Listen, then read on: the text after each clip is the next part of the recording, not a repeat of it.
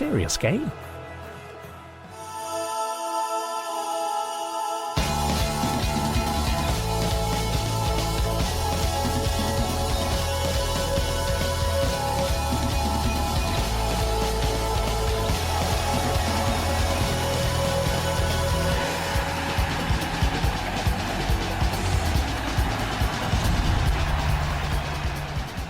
Hello, welcome to a very special final score. Not because we have 5 fabulous Premier League games in action right now with goals and incidents galore, but because for 1 week only, we are comic relief final score. Nick Hancock and Alistair McGowan have been providing the laughs. Garth Crooks has been attempting to shoehorn some football insight. And actually, that's not true. These two guys have been amazing on the red button with their insight and accuracy. But let's bring you right up to date with what's been going on in the Premier League. And, well, the Arsenal-Sunderland game goalless at the moment. Jack Whitehall's our special reporter there, but unfortunately hasn't any goals to talk about. The Gunners looking to cut the gap on leaders Manchester United, being held at the moment. Birmingham 1, West Brom 3 as a result from lunchtime. They won the Carling Cup last weekend, but back to earth with a big bump for Birmingham today. Their defeat to their local rivals has put them further into relegation danger. Bolton 1, Aston Villa 2. Villa lead Bolton at the Reebok. Darren Bent's opener for Villa was cancelled out by... it's 3-1 actually. No, it wasn't. There was a penalty that was saved by Ashley Young. It could have been 3-1.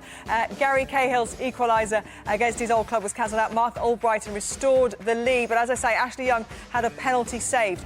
Fulham 2, Blackburn Rovers 2. Damien Duff with both goals for the hosts against his former club. Hangeland, own goal, and Juliet have hauled Rovers level. And Newcastle United 1, Everton 2.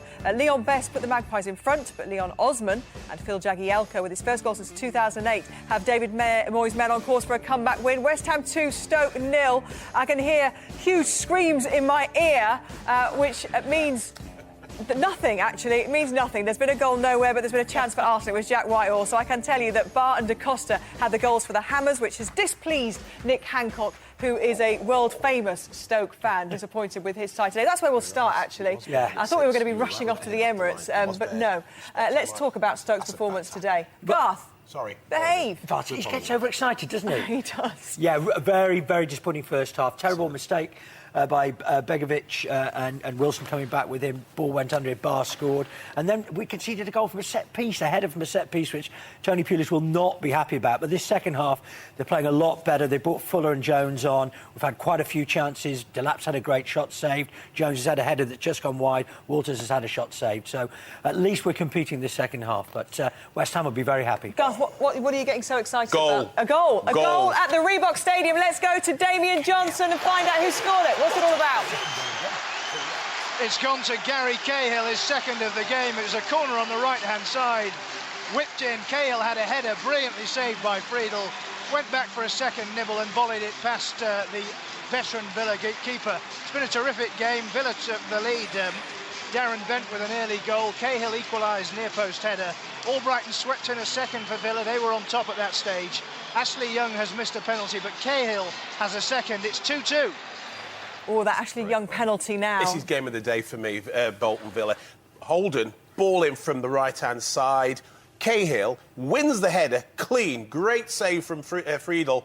But as he comes out, Cahill gets the rebound and flashes the volley into the back of the net. He's been outstanding. Great finish. They could have been 1-3 down, and as Gary Lineker might say, Bolton have shown that every cloud has a Yuskalanen. Hey! Oh! Has he used that one, yeah? No, have that one tonight now. They are, Gary. Have that one. What else has caught your eye today, Alistair?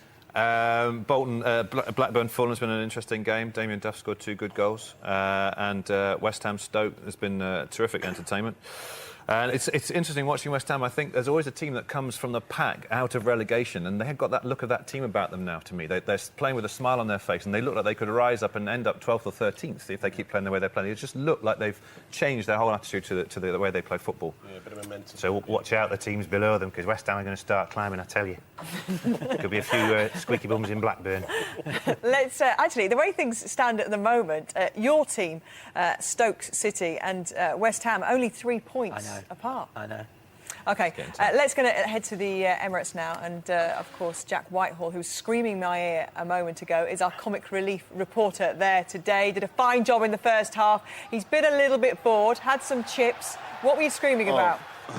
It's suddenly sprung to life. This game was so boring, and then all of a sudden there's chances left, right and centre. Marouane Chamakh has the header, which like smashes off the bar, and I had him as first goal scorer as well, so I could have won a lot of money there, and it was so close. Obviously, money that I would have given to Comic Relief. But it's just suddenly turned into a really exciting game, and I'm very nervy as well because Sunderland like they could catch us on the break. So I'm feeling quite. I'm doing a Colo Torre. I'm going to comfort eat through this. Has he got ice cream now? He's got ice cream. Lord.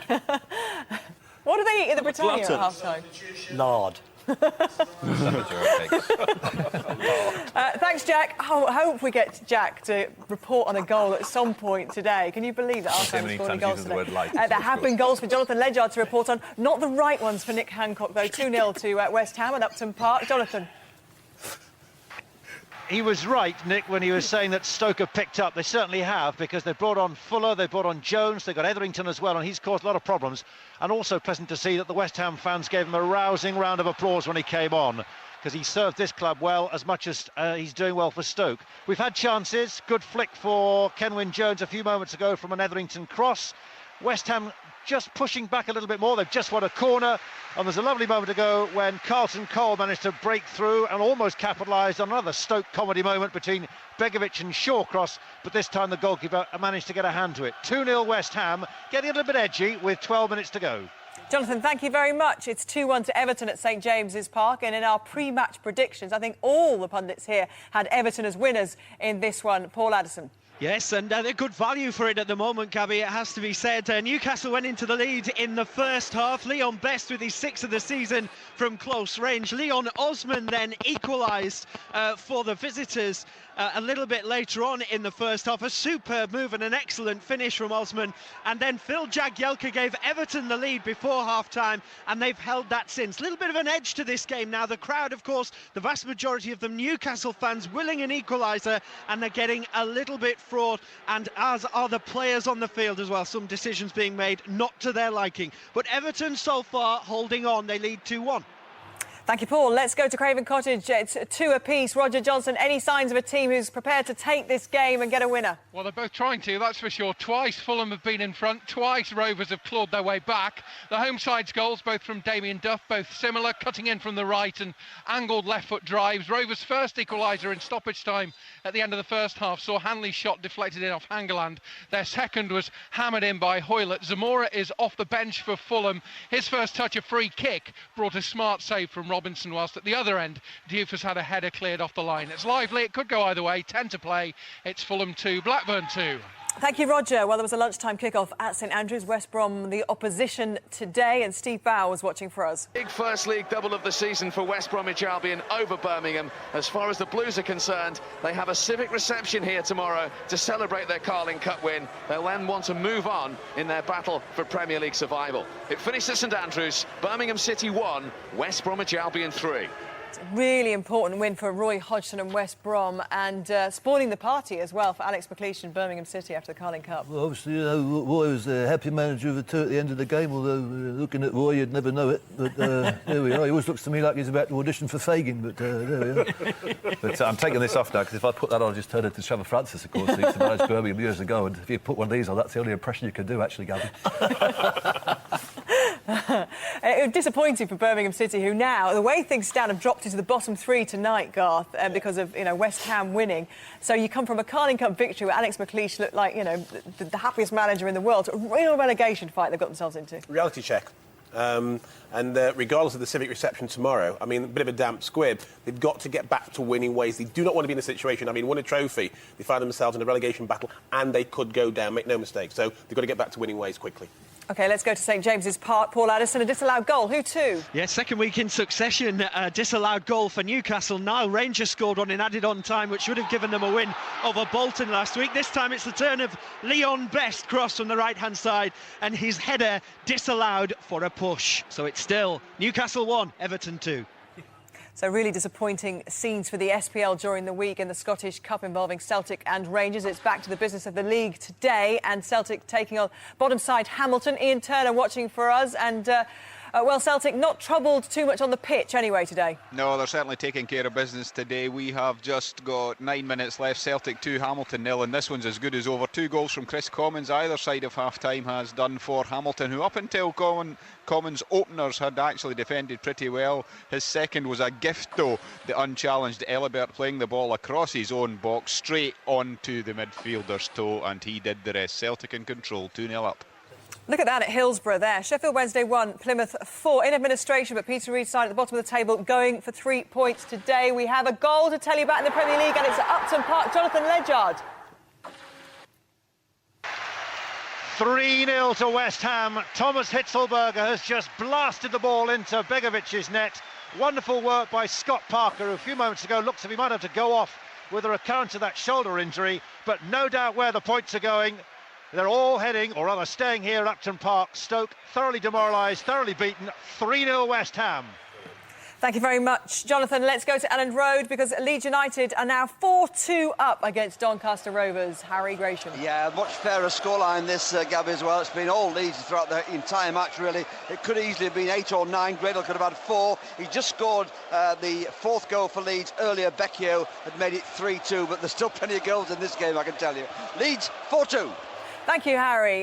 Well, Reading have gone one better. Lizzie Greenwood-Hughes could explain at the Majeski. Well, they're currently leading Middlesbrough 5 goals to 2. Actually, Middlesbrough have had the last of the goals. It was a penalty. Leroy Lita again, that's 2 for him this game. And since then, he's been roundly booed by everyone in the stand because, of course, he used to play for Reading.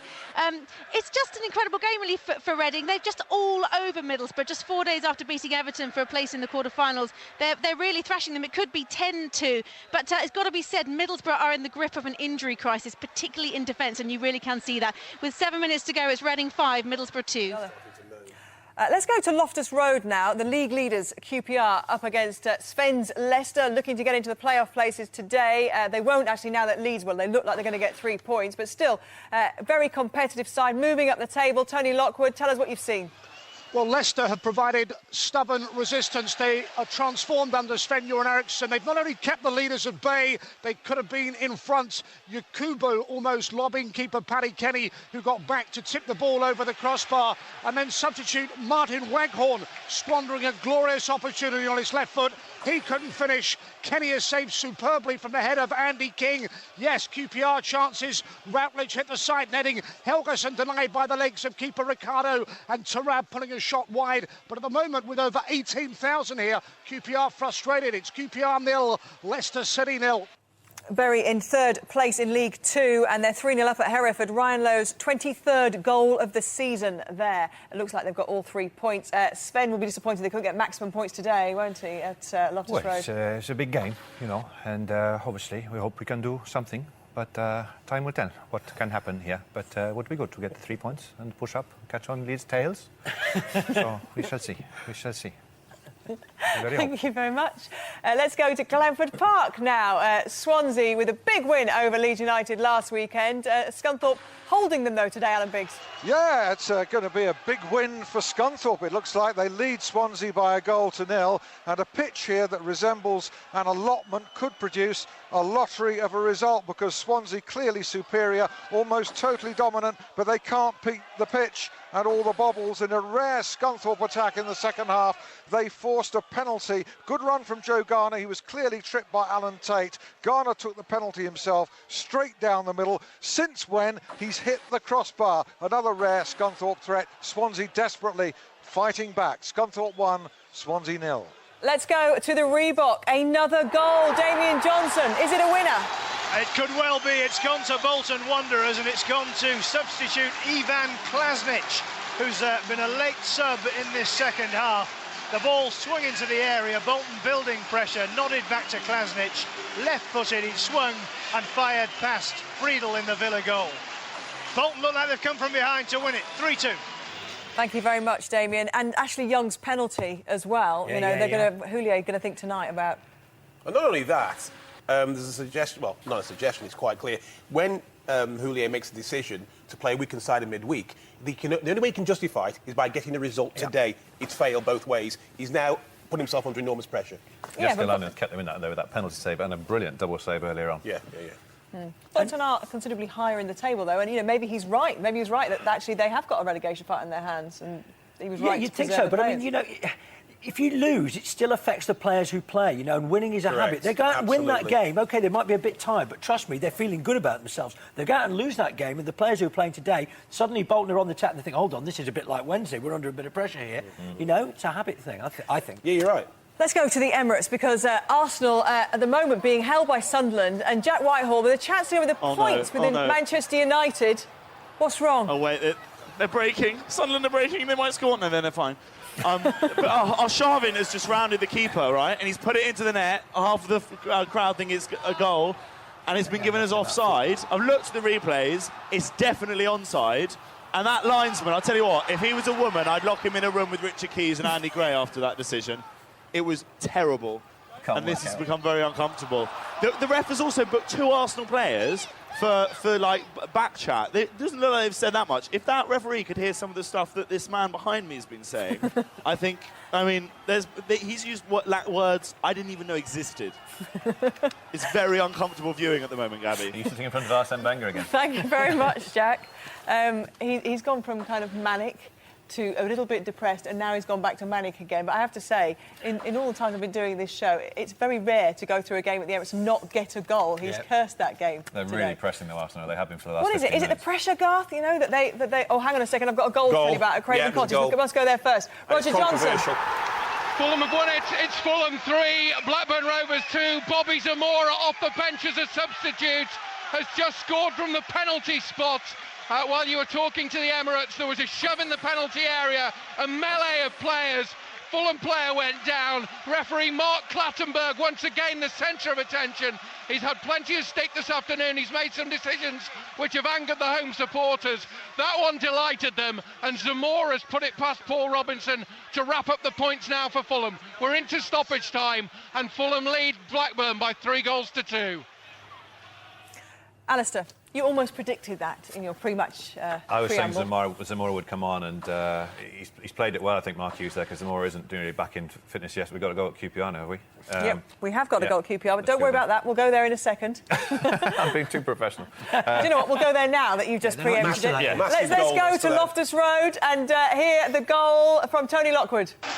A goal for Queen's Park Rangers, just, Gabby, when Leicester City were mounting late pressure. It's Neil Warnock substitutes. It's a goal for Ishmael Miller. Rangers on the break. The perfect through ball.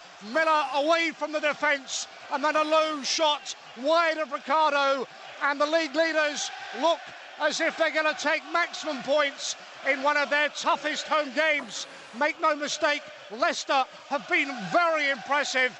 But Miller, the substitute, with a devastating late finish. QPR 1, Leicester 0. Thank you very much. Another goal. It's gone through the video printer already for Leeds. They're 5-2 up now. Looks like all 3 points are theirs.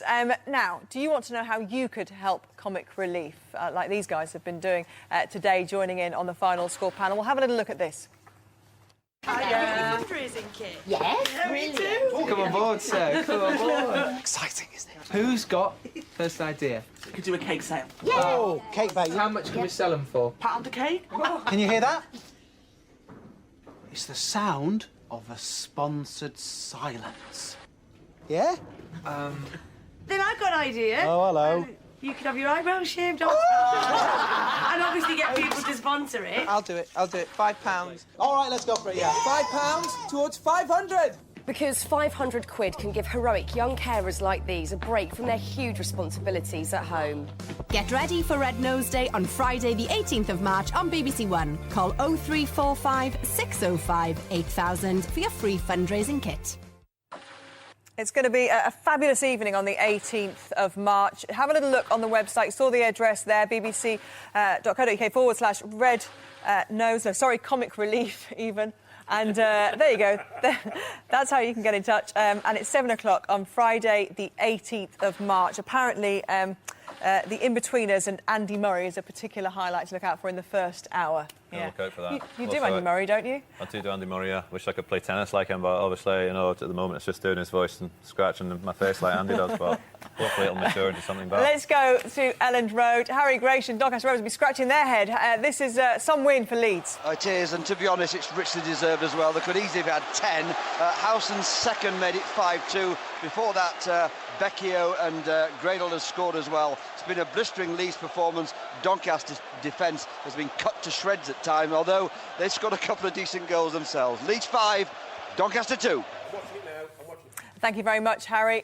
Let's go to Tynecastle, full-time there. Ian, it's Brian McLaughlin. Yeah, it's finished Hearts 0, Kilmarnock 2, fourth beating third. 2 goals coming in the second half. David Da Silva with the first. Alexei Eremenko with the second. Eremenko then shown a red card after a skirmish in midfield with Suso Santana and David Templeton. Hearts tried valiantly to grab goals late on. Kilmarnock's defence so extremely strong at the end. Hearts 0, Kilmarnock 2. Let's go to the Emirates, Jack Whitehall, and another almost goal. Yes, but not a goal. It was it was right in front of him, and he heads it. And this keeper's playing so well. I haven't even heard of him, and he turns out to be like the best goalkeeper ever. This is horrible. I can't do it. I thought this would be really easy. It would be watching Arsenal win a nice game, but this is no, they're doing it again. He's so much like. Sorry, this isn't very professional. Yeah. Oh, if Arsenal don't win this, please. Right, we've got a corner now. We'll come back to you. Me for the corner. All right, I'll let you know if they score. Please score, Arsenal. He's descended into pleading fan. He started out so professionally at 3 o'clock. He's like my little boy. OK, let's check in with Ian Turner. Full-time whistle blown there yet at Celtic Park? Yes, it has indeed. Celtic 2, Hamilton 0. A routine 3 points for the league leaders, with Chris Commons scoring either side of the interval. The first, a 20-yard drive into the top corner. The second, presented to him on a plate by Aki's defender David Elibert. With only 2 SPL wins, Hamilton have to start picking up points soon, or the drop is inevitable, while Celtic round off a good week for them, on the field at least. Full-time whistle is blown at Upton Park. I'm sorry about that, Nick Hancock, because it's a big win for the home side. Jonathan Ledyard. 3-0 final score, and frankly, I think Nick would agree. Stoke have only got themselves to blame for this latest defeat. Their 6th successive away from home in the league. Never mind red noses, try red faces in the visiting defence. Begovic and Wilson getting all mixed up and presenting Demba Ba with a free shot. Manuel da Costa was then allowed a free header from a free kick. So Tony Pulis used all 3 substitutes to lift his team in the second half. Didn't work. Defence again failed to clear across, and Thomas Hitzelsberger's power drive from 20 yards blew away any thought Stoke had of a shot recovery. West Ham win 2 games in a row for the first time this season, and they're out of the bottom 3. So the final whistle has blown at the Emirates, and it's finished goalless. Jack Whitehall. Yes, a goalless draw, and yet we drew at home to Sunderland. Had loads of chances, the best of which was Samir Nasri. Thanks very much, Jack. He's got a job to do, Lance Jack. looks happy behind you, the Sunderland producer, though, so, you know. Smart, yeah. Thanks for putting me with a producer that is a Sunderland fan as well. That made it all the more enjoyable. Look at that smug face. All game he's been like that. All for comic relief, Jack. You're a saint. Yes, all for good cause. Thank you very much. What does this mean? You know, Arsenal, obviously for the title race, Manchester United will be delighted with this result. When Chelsea gift them during the week, you know, an opportunity, Arsenal, to go within a point. That's the issue here. Arsenal have failed to take advantage of what happened in midweek at Chelsea Man United. They've now got 57 points. There's still a 3-gap distance between United and them, and Manchester United will be very relieved tonight. And I think Arsenal actually have been cantering away with games at home this season. You know, there's been a lot of tight games there. A lot of teams have been in contention the last 5 minutes at the Emirates, which it hasn't been like that for the last 4 or 5 years. I'm sure, as Lee Dixon would say, they're missing 3 key players. Let's not forget that. There's 3 key players there, Garth, who aren't playing today for Arsenal. Yeah, That's going to have an effect. And your reporter there, he's been very funny. But he hasn't mentioned that they're missing 3 key players. Yeah, and Walcott, Van Persie, and your other Fabregas. man, Yeah. They play Barcelona on Tuesday. They've got to start taking risks with their personnel. And Arsenal fans will say, we've never had a big enough squad to cope with the trophies we want to go to. Whose fault is that? Wenger. He's only got himself to blame. Well, blame with the keeper and blame with his personnel. They haven't had a big enough squad to win any trophies for 5 years. You know, that's got to be a worry. I'm sorry for a club like... Even Arsenal doing fitfully badly, that's a bad run for Arsenal. Never mind this so-called great Arsenal side. Nick Hancock's using his red nose as a squeezy stress ball ever since Stoke went down. Quite cross. OK, let's go to Craven Cottage, because Roger Johnson, I've seen some rather, what looked like quite unsavoury scenes, actually, at the end of that match. A bit of controversy on the pitch at the end. Yes, the referee very much at the centre of it as well. It finished Fulham 3, Blackburn 2, 7 days on from his centre stage performance in the Rooney elbow gate affair. Mark Clattenburg had a big decision to make at the end here as well. The referee spotted a push in the Blackburn box. He gave a penalty, and Bobby Zamora won it for Fulham. Rovers, now beaten in their last 5 away and sliding, will feel hard done to. Twice they came from behind. Hanley's shot was deflected in off Hangeland to make it 1-1. Hoylett hammered in their second. On both occasions, Fulham had gone ahead thanks to angled left foot drives from Damien Duff. Rovers, as you said, surrounded the referee at the finish. They are slipping deeper into trouble. It's a big win for Fulham by 3-2. And they've conceded 16 goals away as well in their last 5 that they've lost, Blackburn Sloppy Rovers. defending. Problems at the back, and as the reporter said there, Blackburn getting sucked into it. With the result that West Brom have had today, you know, Blackburn are not just looking over their shoulders. I mean, they're right in trouble now. Well, I can't follow that. You'll try, though. The Clattenburg is going to be the big talking point tonight. You watch the match of the day. There's a corner. It's in the dying seconds of the game. There's always a lot of pushing and shoving. You know, it's even Stevens, and he decides to give a penalty for pushing. Well, he could have who exactly? It could have been 3 or 4 people. Blackburn players were pushing Fulham players and vice versa. For me, it's an arbitrary decision. He gives it. I don't really see how he gives it, but some people will say he bottled a big decision last week, and he's gone with a decision where, quite frankly, no one can quite understand why you've given it. That's what the people are talking about tonight. OK, let's go to the Reebok Stadium now. Big win for the home side. Damien Johnson. Yes, a late goal from substitute Ivan Klasnic saw Bolton come from behind to win it. Villa will rue missed chances, Ashley Young's missed penalty, and maybe even fielding that understrength side in the Cup in midweek. Darren Bent poached their opener. Gary Cahill headed Bolton level before the break, and Mark Albrighton swept in a lovely second for Villa. And when Ashley Young won a penalty, it looked like Villa were heading for a comfortable win and vindication for Gerard Houlier's tactics in the FA Cup. But Jaskalainen saved brilliantly Ashley Young's spot kick. Cahill volleyed in an equaliser before Klasnic grabbed a late winner. Bolton remain upwardly mobile. Questions, though, for Monsieur Houllier. Thank you very much, Damien. Let's go to St James's Park. Another defeat. Free kick that had the Newcastle defence at 6s and 7s. Everton should be fine, well clear of the relegation scrap after this win. It finished Newcastle 1, Everton 2. Paul, thank you very much. And the league leaders in the Championship took another important 3 points today. They're looking good for automatic promotion the way they're going, Tony Lockwood. Absolutely, Gabby. They left it late, though. Ishmael Miller off the bench to win it in the final minutes. This after Paddy Kenny in the home goal had saved superbly from Andy King's header and from Yakubu's audacious lob. Martin Waghorn, another to squander a glorious opportunity for the Foxes. QPR's winner saw Miller send clear and able to beat Ricardo with a low finish as Neil Warnock's team tighten their grip on this Championship table. Over 18,000 at Loftus Road. Queen's Park Rangers 1, Leicester City 0. OK, a great game at the top of League One. Brighton, Carlisle. John Anderson can tell you all about it. Yes, a sensational game. Brighton winning by 4-3. An incredible end. 2 goals in stoppage time. Carlisle thought they'd got a point when Harry Arter made it 3-3. But then the other end, a sensational volley by Liam Bridcut to give Brighton all the points. Carlisle in front early on, but back came Brighton with Murray equalising. Then Barnes getting his first. A wonderful equaliser for Carlisle by Ben Marshall. Ashley Barnes then made it 3-2 to Brighton. Poor old Carlisle thought they'd done enough, but Bridcut had the last say. A sensational goal, a sensational game. Brighton 4, Carlisle 3. What a fantastic game that sounds. Let's get the full classified results now with Tim Gudgin.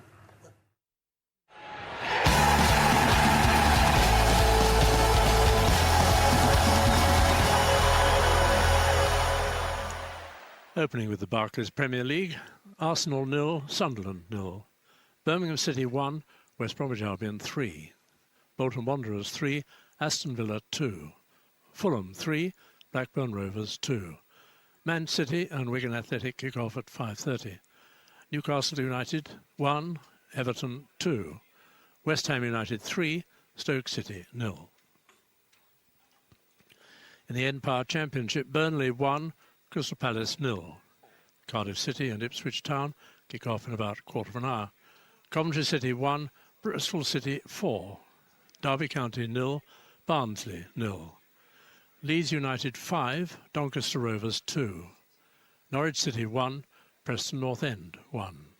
Nottingham Forest 0, Hull City 1.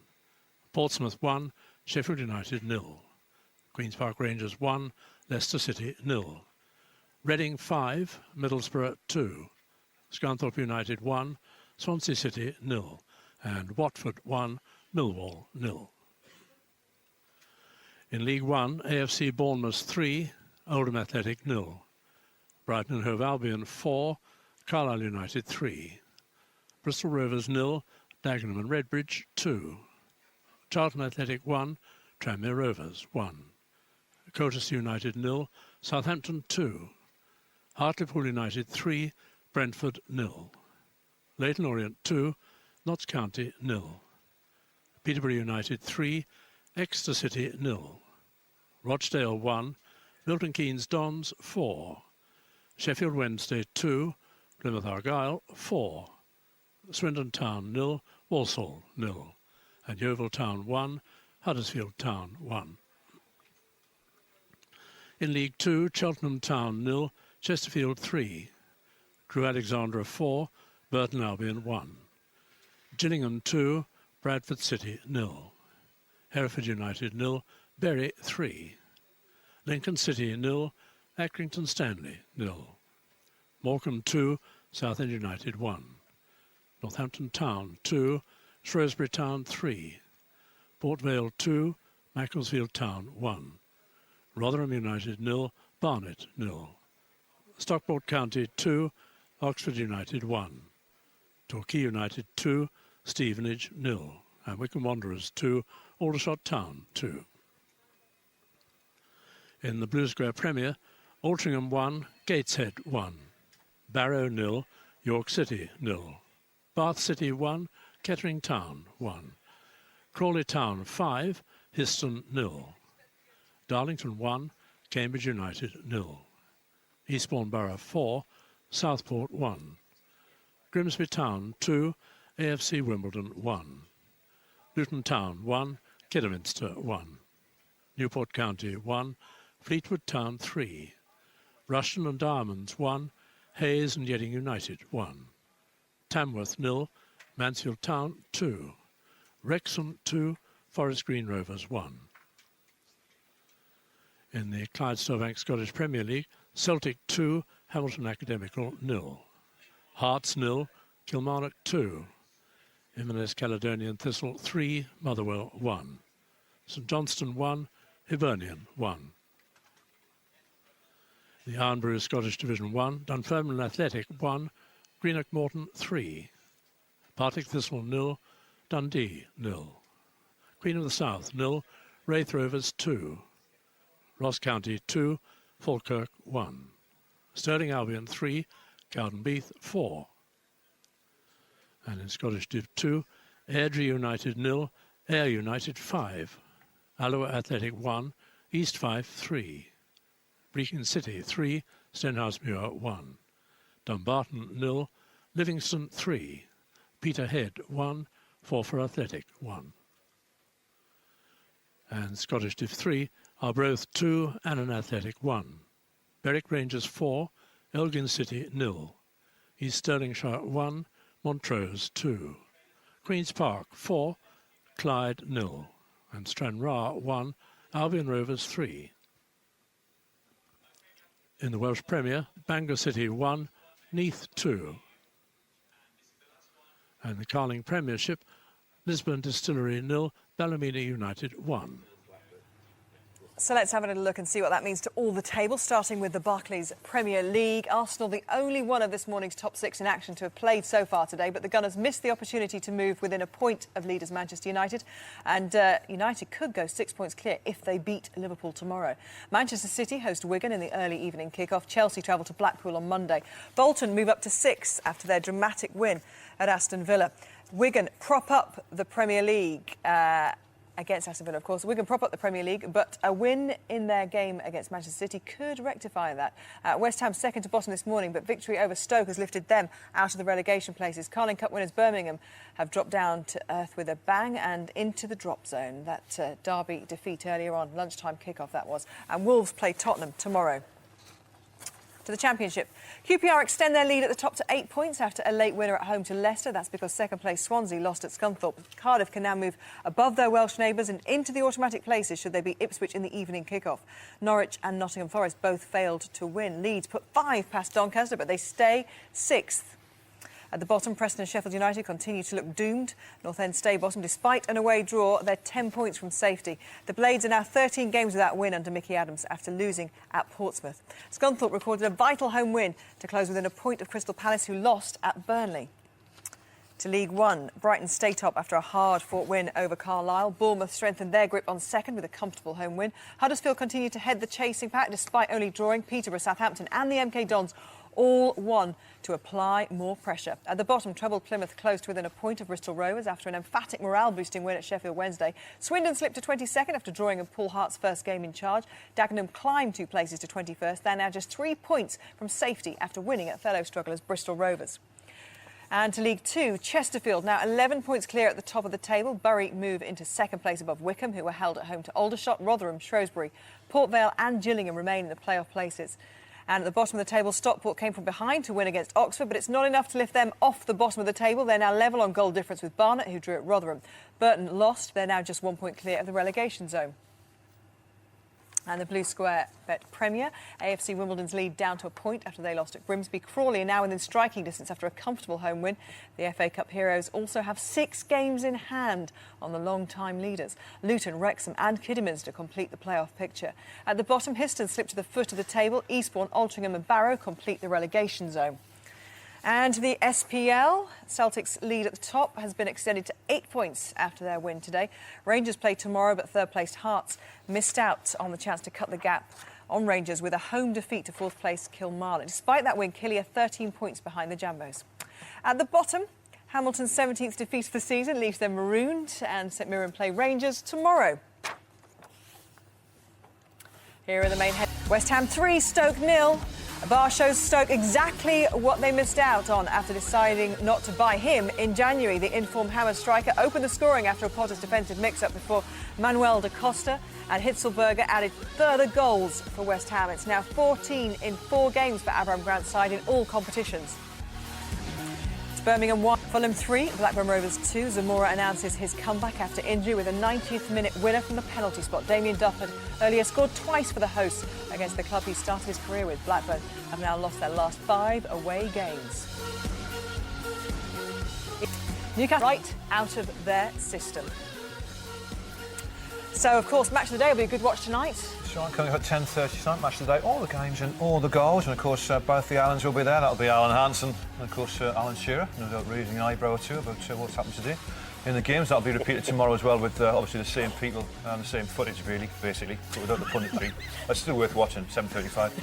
And the Football League show after that, of course, if you can stay up. I mean, I can barely keep awake for the afternoons, actually. I don't know about you, but 11:50. But there's some great games to look at tonight, including that 5-2 win for Reading. Tonight, 11:50, the Football League show. And then tomorrow, wow, what about that? Hey, we've got Match of the Day 2 with me, Colin Murray, coming up at 10 p.m. tomorrow night. We've got Liverpool, Man United, and of course my favourite team to pronounce, Wolves. Wolves will be playing Tottenham Hotspur, and that, of course, is a rehash of the 1972 UEFA Cup final, which I think Garth probably played in, did you? Not quite. Actually. Turning into Martin O'Neill. Yeah, never so sad. No, come on. Only Woody Allen and John McEnroe turning at Martin O'Neill. Let's not go there. It's fantastic. I'm losing my hair like Martin O'Neill as well. Or he's like me. Who knows what's going on there? Absolutely fantastic. One of the most dramatic results of the day, Bolton's win over Aston Villa at the Reebok. Well, I have to say, I watched this game. He just kept being drawn to the game. And turning point, Ashley Young gets a penalty and misses it. Jaskalainen is sensational all game. Saves the penalty. He saves 2. He has a double save, doesn't he, just before that. And then Cahill gets his second goal of the game. It's a superb goal because he wins the header from a corner, Friedel saves, and as it comes back, like a rapier, gets onto it and flashes in the back of the net. Let's hear what Owen Coyle had to say about the win for his side. Talking to Guy Mowbray now. Owen, that is some spirit your team has shown there today.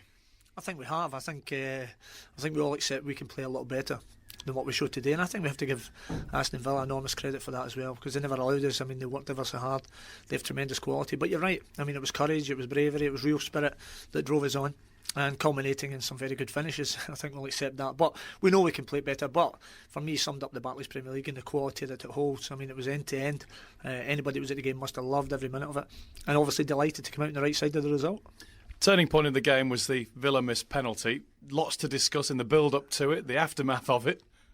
Well, I mean, it's very clear. I mean, the penalty was awarded, and but prior to that, as we know, I mean, the ball's clearly out on the touchline, and I mean, I've seen it back as I knew it in real time. I'd seen it very clearly, and this isn't even close. I mean, this, and at the level we're operating, I've said before, and as managers, I mean, that's the frustration for us, because this is the best league in the world because of the players and the quality of the teams in it. And when you see something like that, I mean, it really does, because ultimately, you know, if Aston Villa would have scored the goal at 3-1, it's a long way back from my Bolton team. But as I say, Yussi's had a tremendous save, probably take a bit of courage, whatever you want to call from it, and then we've drove ourselves on right through, as I said before, that unbelievable spirit we have, and culminating in winning the game. And the big question, I guess, when we get to speak to Gerard Houllier will be, was it worth sacrificing the FA Cup in the week and then to go and not pick up a point at the Reebok? There was the discussion we had before, wasn't it, about, you know, he has to win today, Garth, you said, didn't he, to justify it. And I was saying, you know, I, as a fan, I'm always worried when you lose a game, even if players are rested. I think that winning's a habit, you know, and you know, you need those players to keep going and keep scoring goals and keep having confidence. And losing a game, no matter how much you can justify it, is going to have an effect. And today it was shown. Let's check in with the Meister, John Motson, who's been at Craven Cottage this afternoon. Good afternoon, Motty. Hi, Gabby. It's all been a bit hectic here as well. I don't know how much you've heard about how this game finished.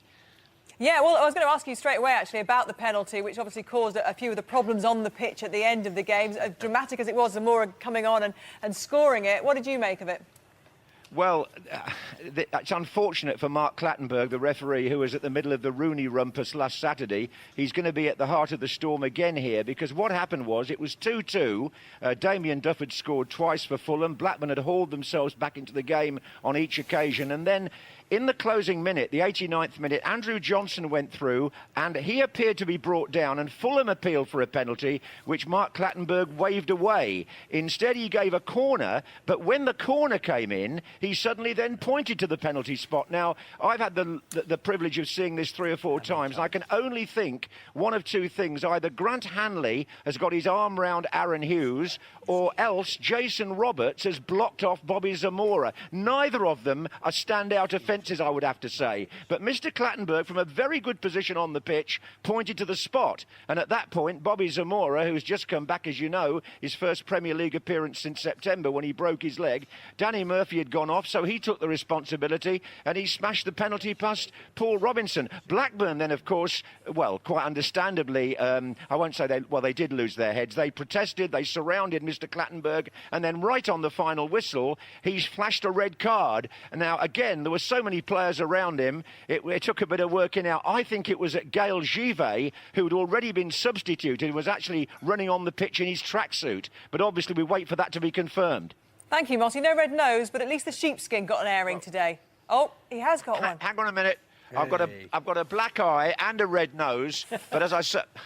Sorry, I've got a black eye, a red nose, and a penalty incident that I still haven't quite sorted out. So I'll leave you and those very capable guys in the studio. By the way, be careful of them. They're going to be on every week the way they're going. Thank you very much, Motty. I feel guilty. I always warn him, don't I, about all the kind of paraphernalia around the commentary box. Yes. I always say, be careful. Didn't get to speak to him today, and he gets a black eye. How do you get his black eye? Oh, I don't know. Let's not go there. Opinions vary, actually. There's a lot of theories about that, and a lot of people are writing in saying what could have happened. It could have been the referee. It could have been Mark Clattenburg's fault. Let's see what happens. We'll look at the replay. He's had the benefit of seeing the replay, seeing it firsthand there. We looked at it, didn't we? But that's the point. And if you are going to make the point that, or Clattenburg's going to make the point that, look, there was pushing in the penalty box from the corner. Well, every week we'd be giving corners all the time from those situations. I think it was a poor decision. OK. Shall we see if our pundits actually know anything and revisit the predictions they made earlier today on the red button? They predicted the scorelines in the Premier League matches today. And let's remind ourselves exactly what they predicted. Well, they were Nick's predictions, which was an Arsenal win. You didn't get that one. You had a draw for Bolton Villa. You had a draw for Fulham. You had an Everton win. Hooray! You got one. And you abstained from West Ham Stoke. Let's have a look at Alistair's. So that's one, your score. I was quite close with some, though. Yeah. Why did you abstain exactly? Because I had a feeling something bad might happen. Alistair, let's have a quick look at yours. Do you remember them? Yes, Arsenal win. I thought that was a clear home win, but wasn't to be. It's a great shame. Sunderland played very well, you know, so you have to be ready for these things. Bolton 3-2. I thought that was a clear draw. You got three. You scored three. But I got three. That's not bad, is it? Fulham, I'm glad they won. I'm glad to see Zamora playing again and back. He had such a great run last season, and he's just about to break into the England team, and he misses out. So, very pleased that Fabio can pick him again. Quick look at Garth's. Let's have a look. Do you remember, Garth, what you predicted? I think I got Everton at Newcastle. That was a win. Fulham win. Bolton win. Stoke draw let me down. So you got three, same as Alistair. Yeah. So I can hold my head in whatever. A quick line on Liverpool, Man United tomorrow. I mean, Man United have got a bit of breathing space because of Arsenal now, haven't they? Yeah, I mean, obviously it's a big game for us as well, you know, at Liverpool, and we hope that, you know, we can still push for qualification for Europe, but hopefully we can do that, but it's going to be difficult. Could go either way. Fantastic. Garth, any serious predictions you want to give before we go? No, that's just too good. I just think it's the best Steven Gerrard I've ever heard. That's it from us on BBC One. Normal service resumes next week, but stay with us on the red button or the red nose for a bit more reaction from the Premier League's dressing rooms. If you are leaving us, though, thank you very much, and thank you guys. See you later. Yeah, fantastic.